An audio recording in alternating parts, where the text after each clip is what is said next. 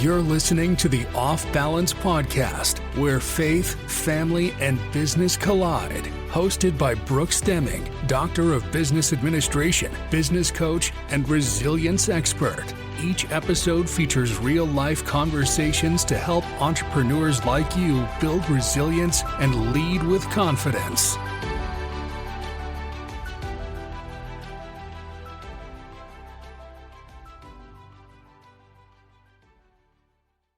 Welcome back to Off Balance. I'm your host, Dr. Brooks. Many leaders find themselves pulled in multiple directions, trying to build successful businesses, lead with integrity, and stay grounded in faith and family. Our guest today, Carrie Roberts, understands the tension all too well. She's the author of the HR Easy Button and the founder of Salt and Light Advisors, where she helps small to mid-sized businesses create people-centered workplaces that work. Carrie, welcome to Off Balance.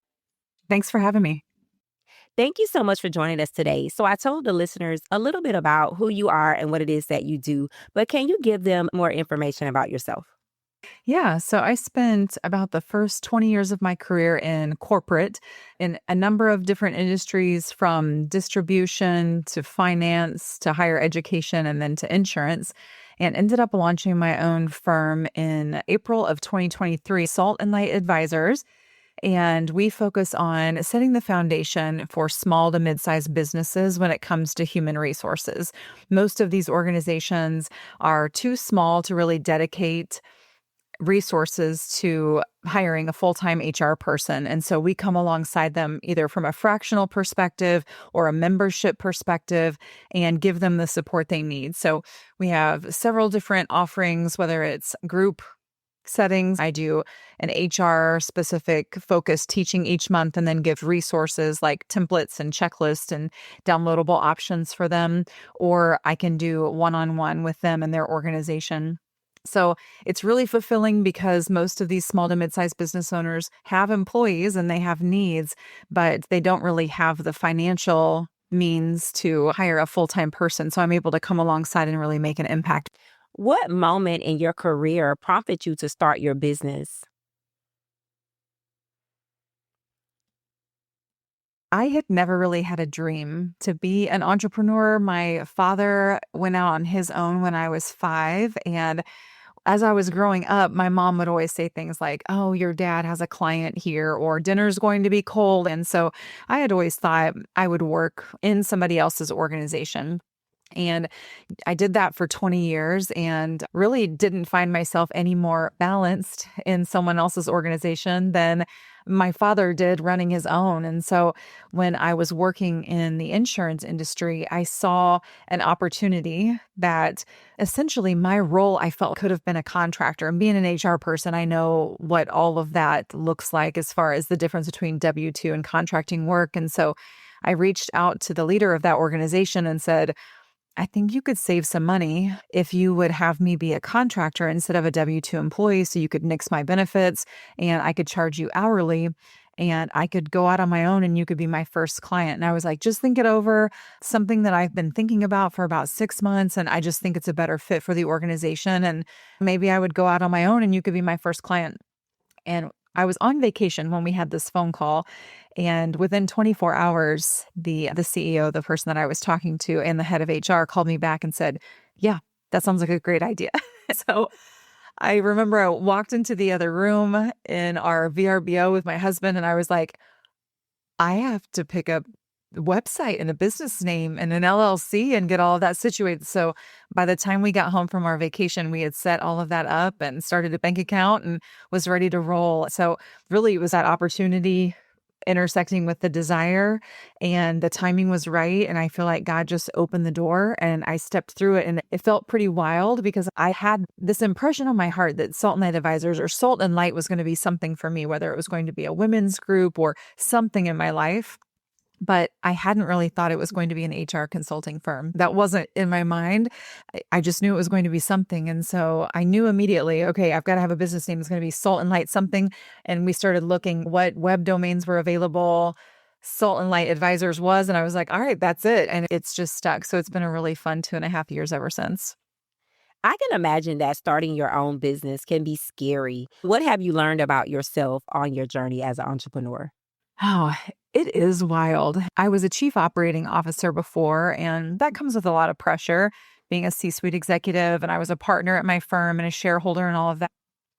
But that pressure when you're inside of an ecosystem is very different than when it's you. And this has been a very humbling, raw, vulnerable experience because while I felt very confident in my abilities inside of someone else's business, the level of agility that it takes to run your own business and being okay with changing your mind and realizing that's not flaky and you're still professional. You're just learning. You're learning what the market wants. You're learning what works with clients. You're learning what works with marketing. You're learning what works with billing. All of those things is just this constant learning opportunity. You either stay stuck and are stagnant, or you say, oh, looks like I need to pivot. I need to change some things. And so over time, that's what I've done. But it's been very different because in large corporations, you've got a strategic plan, you've got your 1, your 3, your 5-year goals. And it's like right now, every time I open up Chat GPT, I'm like, so I'm doing it this way, but maybe I need to do it this other way. Can you help me? Ask me some questions to help me think through this. And it's just been this constant iteration. And I know I haven't nearly arrived. It's going to continue down this path. So you mentioned that you held executive level roles. What mindset shifts did you have to make to go from that level of leadership to now running your own business? Yeah. It has been a huge mindset shift. Everything from the way I utilize technology to when it was time to hire somebody to be an assistant. For example, on the tech side of things, being in large organizations, when I started my own business, I immediately was like, okay, I need to use Outlook 365 and I need a CRM and I need to set up my billing. And what I learned is all of the big tech that I knew for 20 years, some of it's relevant, but a lot of it's not. There's so many more small business options out there that I was just pretty ignorant to. I'd never used anything like that. And so really calling on other friends that ran small businesses and saying, what are you using for billing and invoicing? And when did you implement a CRM? And do you use email marketing? And what tools do you use for that? And like really getting down to the nitty gritty, because when you've got a large corporation that's working on a multi-million-dollar budget, and then you start your own firm. And for me, I didn't get funding. I just started everything from scratch and added new tools as I could afford them. It is a complete mindset shift versus how much is allocated in the budget and can I spend it this year or do I need to wait till next year? It's like, all right, we're looking month to month right now as we grow, and we're not looking year to year at this point. We're really building. That is so interesting. So looking back on your entrepreneur journey, what lesson do you wish you would have learned sooner that you could have saved yourself like a lot of time and money? Yeah, so I launched in April of 23, and a young woman reached out to me in July of that year and said, I'm a realtor. I own a little clothing boutique and I'd like to learn more about business. I had picked up the book Buy Back Your Time by Dan Martell and had read it on a flight. And this female had reached out to me as soon as I had landed. And so I started thinking through what I could pull off of my plate and give it to her. And she was 1099. It was a great fit. And she started taking like 10 to 15 hours a week off my plate. I should have left it there, but I got really excited about giving other people the opportunity to work in a business where you can work remotely, where you don't have to have childcare. You can balance being a stay-at-home and work on my team. These are things that in the corporate setting, I wasn't able to give these opportunities to other people. It was more of a rigid environment. And so I got really excited and I hired a marketing person part-time. But that person wanted to be W-2. And so I was like, okay, I can figure that out. Like we can make this W-2. Things just snowballed. And before I knew it, I was creating really great part-time W-2 employment for other people, but wasn't really paying myself very much at all.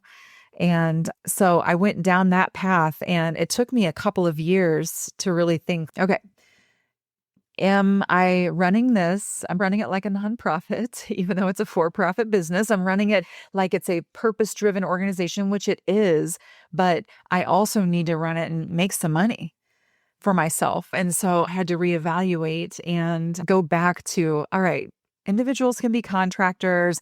It needs to be part-time. Even if a person's desire is to grow with me, while that's flattering, that doesn't mean that I have to go down that path.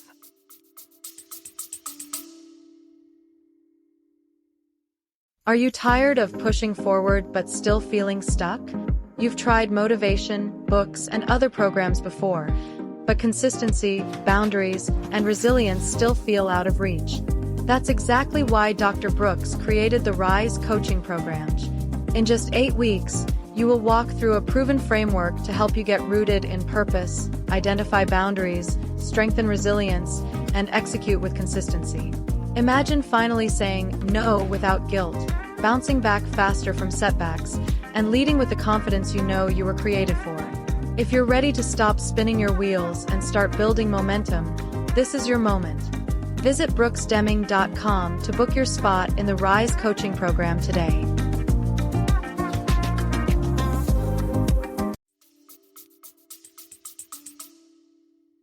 Yeah, that's very interesting because sometimes we can take those things that we're missing in corporate and we can bring them into our business and not realizing a lot of those things that are missing in corporate is because it does affect the bottom line. And so I'm glad that you caught it earlier. So now what strategies do you have in place to keep yourself balanced because you are a mom, you're a business owner, and you are a leader? So I have really taken a look at my calendar, and in corporate, I always lived by my calendar as well, but everything was booked so minute to minute.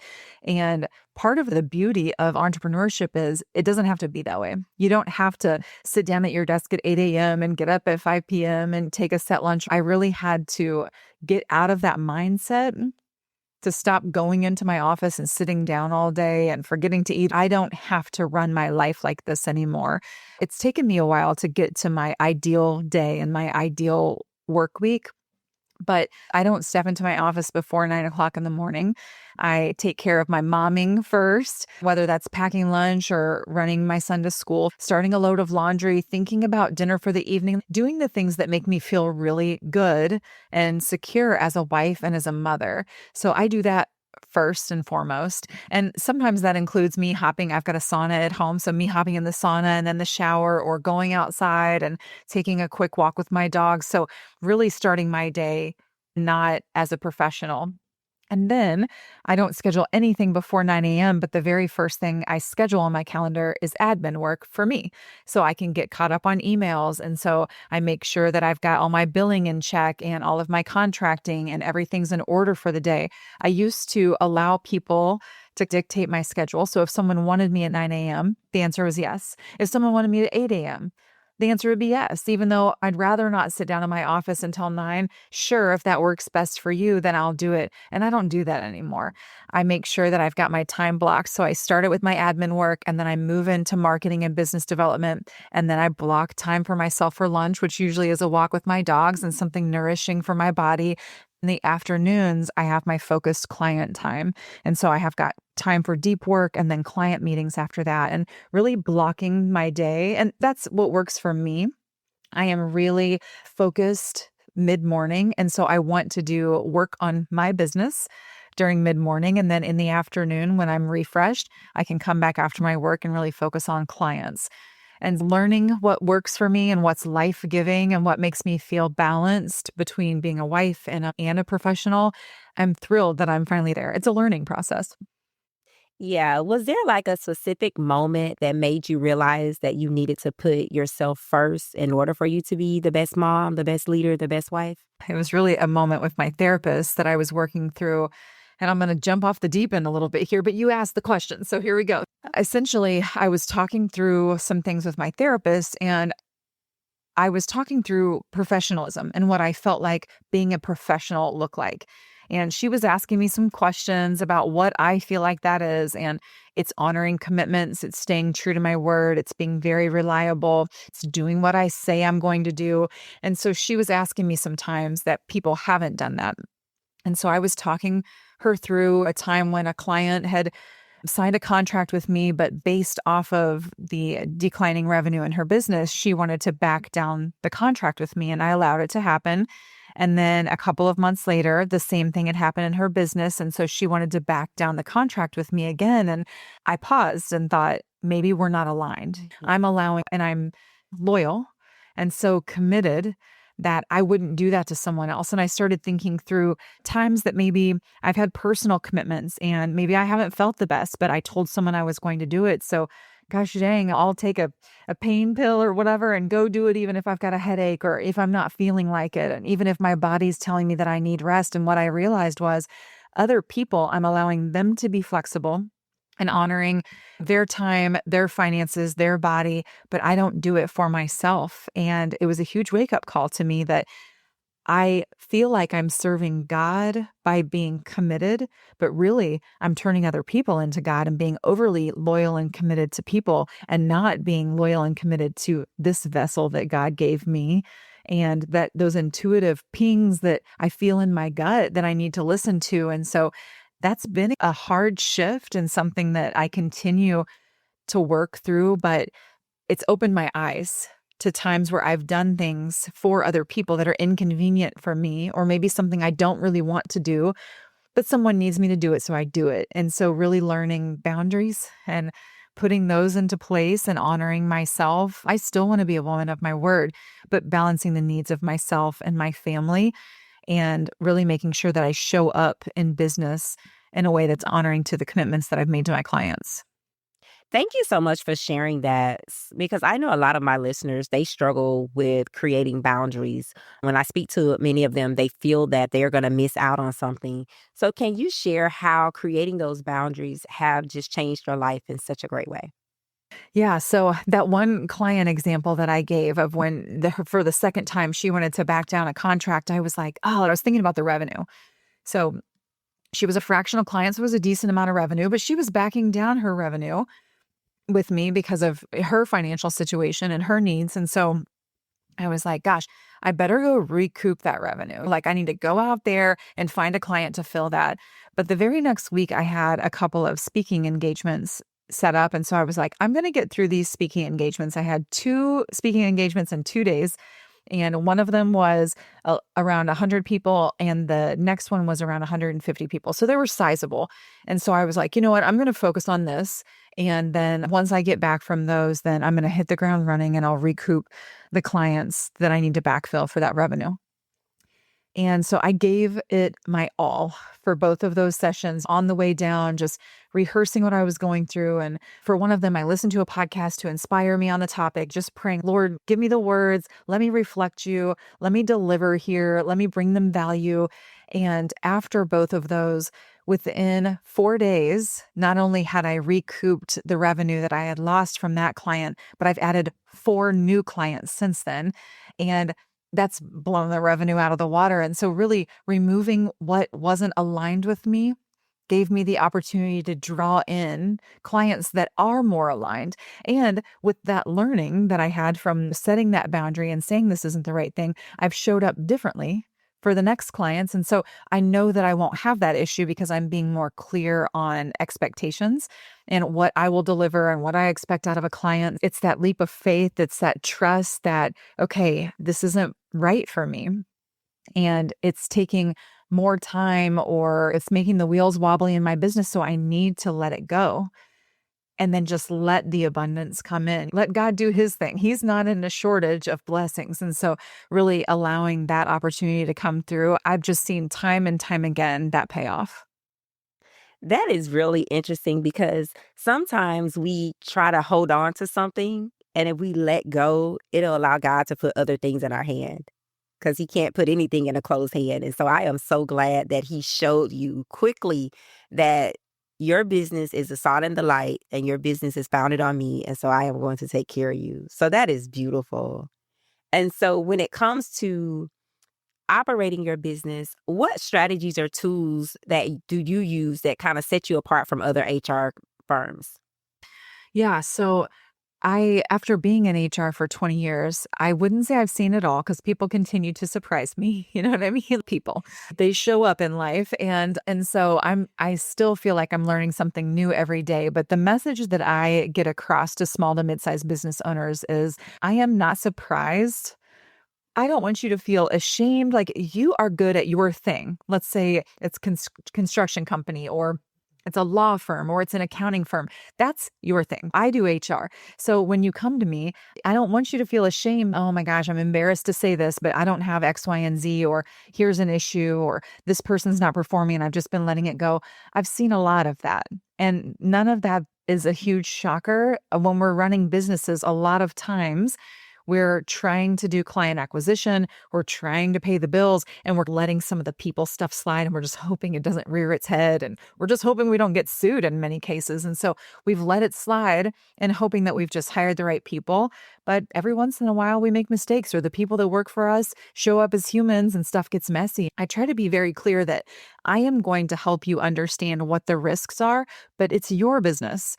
How many times people get afraid of HR people because they think they're going to come in and be the compliance police and the policy police. But to me, it's my job to hear you out, to listen first, and then say, okay, based on what you've told me, here are your potential risk areas. And when I map out risk, I'm talking, is it financial risk? Is it culture risk? Is it legal risk? Is it insurance risk? I try to be very specific on where the risk is at. And then I let them make the choice because it's their business. So how much risk do you want to manage? What are your priorities? And then we will prioritize together what we need to put in place to address your issues if you want to address them. Or maybe you've got some other passion project that you want me to tackle when it comes to your people. But I lay it all out there, but let them know you're still the boss. I'm the guide, but you're the hero. Like, you're the one running this business. I'm just trying to guide you in this way and really be disarming, because I don't want them to feel afraid or that I'm disappointed in them in some way. Just because I've made this my life's work doesn't mean that I know how to run their business. All I'm here to do is help and to come alongside and really to make it easier for them to sleep at night, because the HR piece isn't sitting in the back of their mind like, I haven't really done anything with that. They know they have a person now. I love that you do that for them, because I know sometimes when I work with clients, they can be very embarrassed that they don't have policies, procedures, that they don't have things in place to effectively run their business. So in your book, The HR Easy Button, you suggest that HR doesn't have to be overwhelming. What inspired you to write your book? Yeah, it's like any other specialty career that people get into. We decide that because we don't understand it, it must be wildly complicated. It's too hard for me to comprehend, or it's too complex. And really, you can become educated and intelligent in any area if you focus on it. I've happened to focus on HR. Everybody chooses their lane and then they go deep, or sometimes they go wide, and whatever that looks like. And so I try to make it as easy as possible. I say in my firm, press the HR easy button with me, because there are foundational areas of HR that should be covered, but depending on your business size, let's start here. You know what I mean? Let's make sure you've got your policies locked down. Let's make sure you understand your hiring process. Let's make that easier. Let's map out an onboarding procedure. Let's make that easier for you. One thing at a time. Right now, I'm working with a client and they have acquired a lot of businesses. So they were a small business and then they've purchased a lot of businesses in their lane. And all of those businesses are running a little bit differently, and they're wanting to streamline, and really they need to, from a legal perspective and from a risk perspective. And their HR person, I'm having her do a job title and a job description audit. And I'm like, I need you to do a job title and a job description audit to start out with. Let's make sure everyone has a job description that is tied to what they actually do and rolls up to the company objectives. After we do that, then we're going to get into every single employee file, and we're going to make sure we've got an I-9 with supporting documentation, tax documents, a signed offer letter, that they've executed an acknowledgement for the handbook. We're going to do an audit on the file. Once we do that, I'm going to do a compensation data study looking at making sure everyone's classified correctly, whether exempt or non-exempt, contractor, W-2. And then I'm going to plot everyone on a pay scale and create pay bands. From there, we can get into performance management and decide, are people paid appropriately? And do we want to tie finances, raises, to performance reviews? That foundation needs to be built. I want to do an engagement survey. I want to start a newsletter. Let's get into manager training. Like, all of that needs to happen. But if we don't have that foundation built out first, then we're going to have managers saying, my employee's not performing. Well, have we been very clear about their role and their responsibilities and how they're performing? Probably not, if we haven't done these audits and put these things in place. So It all links back to this foundation that most people skip. We feel like I'm not a big enough business to do all of that stuff. And I would just push back and say, if you have one employee, you're not too small of a business to set that foundation up. That person wants to know how to succeed. They've maybe worked somewhere else. They've had clarity from their job before. And yeah, maybe they started with you because they want to help a small business, but they still want to understand what success looks like and how do I make more money eventually. Everyone wants to know. That's just like basic human needs when it comes to their career. So if an entrepreneur is listening and they are really excited and they're like, Kerri, I want to work with you, how can they contact you? Yeah, they can either email hi@saltandlightadvisors.com or they can just go to saltandlightadvisors.com/work with us or /contact. All of those will get them to me. It's carriemroberts.com and they can book me for speaking engagements and learn more about where I've been published and some additional information. But I would love to talk to a small to mid-sized business owner about this because most generally it's something that's bugging them. One quick call can get us pointed in the right direction. I work with small and mid-sized business owners, so I make sure that I'm priced appropriately. This is a passion of my heart to work with these small to mid-sized business owners, and so I try to make sure that I stay relevant in that space. That's really good. So, what would be a practice that you believe every business owner should have in their toolbox? Gosh, I would say the first thing that I would do as a business owner is to determine what your annual objectives are. Maybe pick 3. What are you trying to accomplish this year? I want to hit this revenue goal, or I want to impact this many clients, or I want to sell this many products, whatever that looks like. So determine those 3 things for you.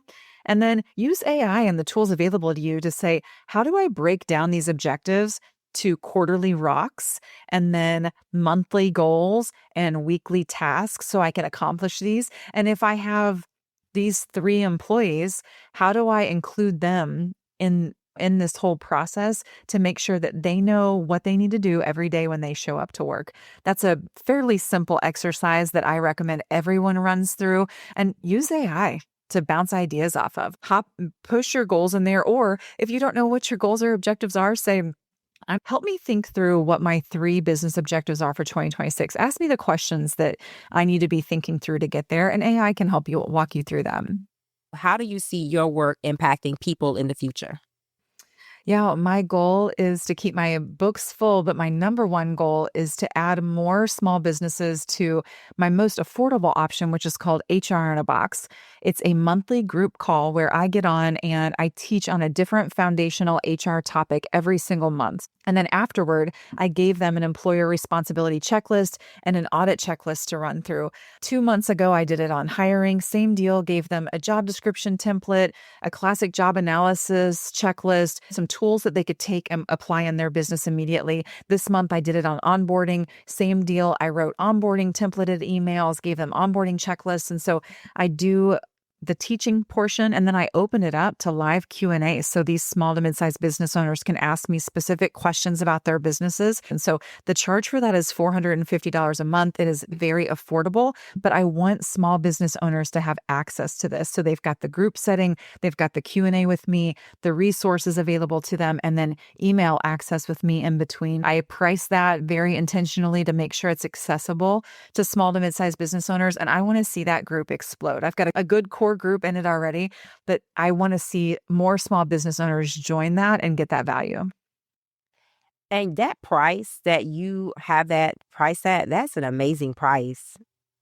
450, that's like nothing, because the things that you're giving, that is going to allow them to really increase their revenue. Wow, that's very affordable. So if you are a small to mid-sized business owner and you are listening, I would definitely say jump on that, because that is so affordable. My goal is to keep it affordable. No, you know what? I was raised on a farm in Northeast Missouri and a very humble upbringing. And while I've got my undergrad and my master's and I've done the things, I still have a huge heart for the small to mid-sized business owner that's trying to get going. Like, I want to help support them. Yeah, that's a really good price, because I also work in HR and I do it on the federal realm. And when you said onboarding, all of that's like a lot of effort that goes into that. And so the fact that you package it so well and you make it affordable, yeah, that's definitely a good investment for small to mid-sized business to make. So I thank you for doing that because that's really, really good. So what do you believe is going to be one of the biggest shifts that we see in HR within probably the next 5 years? I think the utilization of AI. I've seen a lot of people get really timid around AI and worried about their jobs being lost. But the interesting thing is, our society is so cyclical. So while we got really upside down in tech from a social media perspective, now we're a little bit critical of that, right? We all are aware like screen time isn't the best for us and it's not the healthiest for us and it causes anxiety and all of these different things. It's addiction. And so we're adding AI, but we've got, I think, more critical thinking coming up where people are like, oh, I can't believe everything that I'm told. And so I really think we're going to have a good blend, or at least that's my hope, on, okay, here's the information and the access to information that I have through AI. What's a human say about that? How does the human element weigh in on that? I'm not afraid of AI. I want to see companies integrate it and not act like it's taboo and not make their employees hide the fact they're using it. This is what's acceptable for AI utilization in our organization. Here's how we can all upskill when it comes to it. But then here's what's still special and valuable about you as a person. And so I really would like to see HR dig into that and help organizations implement them. Yeah, that's very important. I think AI can help with some of the job analysis, with a lot of the tasks that HR do on a day-to-day basis. I think AI can make it easier, and even for other industries as well. So as an entrepreneur, if you're listening, I would say embrace it. Don't allow it to make you lazy in a sense, but definitely embrace it to make some of those tasks that you do day to day more easier for you. Kerri, you have brought so much wisdom to the table as it relates to HR and just, trusting yourself as a leader, which is very important. What does self-trust look like for you in your day-to-day operations or running? Yeah, I love speaking on self-trust. Really, so many of us can recognize if we feel like we don't trust another person, but we aren't necessarily reflecting on ourselves. And if we're really trusting ourselves, I think in general, most people would say, oh, yeah, I trust myself. But there's a couple of different things that I would recommend. One, there's a book called by Stephen M. R. Covey called The Speed of Trust, and it has a self-analysis in it where you can measure your own 4 cores of credibility. So I highly recommend. It's not the most titillating read. It reads textbookish, but it's good. But really, it's digging in. What's your level of integrity? Like, do you live the way that's in alignment with your values, in alignment with your faith, in alignment with what you say? So it measures integrity. Then it measures intention. So why are you wanting to make the money that you make? Why do you live in the house that you live in? Why are you seeking out to purchase X, Y, and Z? What are your intentions and your motives? And then what are your capabilities? So what are your skills and abilities? What's your education? And so how would you measure up in your capabilities, whether in your professional career or the business you're trying to develop? And then lastly, what are your results? So what numbers have you put up on the board? What have you accomplished already? What goals have you hit? What milestones have you hit? And so when you look at integrity, intent, capabilities, and then results, that's really how we measure self-trust. And I would challenge people that if you don't wake up when you set your alarm in the morning, you're starting your day not trusting yourself, that you can't honor the commitments that you make to your own self. And that means that you don't trust yourself. And so you're damaging your confidence for the rest of the day. You're not honoring a commitment to yourself. Did you say you're going to work out 3 times this week, but you didn't do it? You're not honoring commitments to yourself. So that's really how we build self-trust. Kerri, that's an entire TED Talk. I know. I don't think that we recognize that we're letting ourselves down when we hit snooze or when we say, I don't feel like working out, even though we previously committed to it. I don't think we really track stuff like that because it's for us, right? But we're rather disappoint ourselves than someone else. If someone asks me, like, how are you such a confident person? It's twofold. One, my reputation's in the Lord. So like, he's the boss of that situation. But 2, I do what I say I'm going to do. I honor commitments to myself, and it's like building a muscle. The more you honor those commitments to yourself, the more you're like, I can do hard things. I can show up. I can be consistent. Yeah, one of my favorite scriptures is your yes be yes and your no be no. And so that is so true. Oh, thank you for sharing that. So, as we wrap up, what's one message or a piece of advice that you want to leave with our listeners who may be navigating their own entrepreneur? Yeah, you can change it at any second, and it doesn't matter what anyone else thinks or does or says. You are in charge of this one short, precious life, and you can pivot at any second. And if there's someone in your life that would judge you for that, then you need to set a boundary in that area because that person's not really here for you. It's between you and God. And I would say make the next right step. That's all you can do is do the next best thing. So, listen, you heard her. She has left you with such great advice, but where can they purchase your Yeah, you can find my book, the HR Easy Button book, on Amazon, and it's paperback, hardback, Kindle. You can find all of that on there, or you can always go to my website, saltlightadvisors.com/book1, and pick it up there. Okay, so I'll make sure I have all of that information in the show description. So again, Kerri, thank you so much for joining us. And I am so excited to see where Salt and Light Advisors is going to go because you are faith-based and God said that we are the salt and light of the earth. So I was just enjoying the name of your company. And so I can't wait to see where your company is going to transition in the next couple of years. So again, thank you so much. You have been great. Thanks for listening. Please rate this episode and share it with your family and friends. To learn more about your host or to book a coaching session, visit www.brooksdeming.com. Until next time, rise.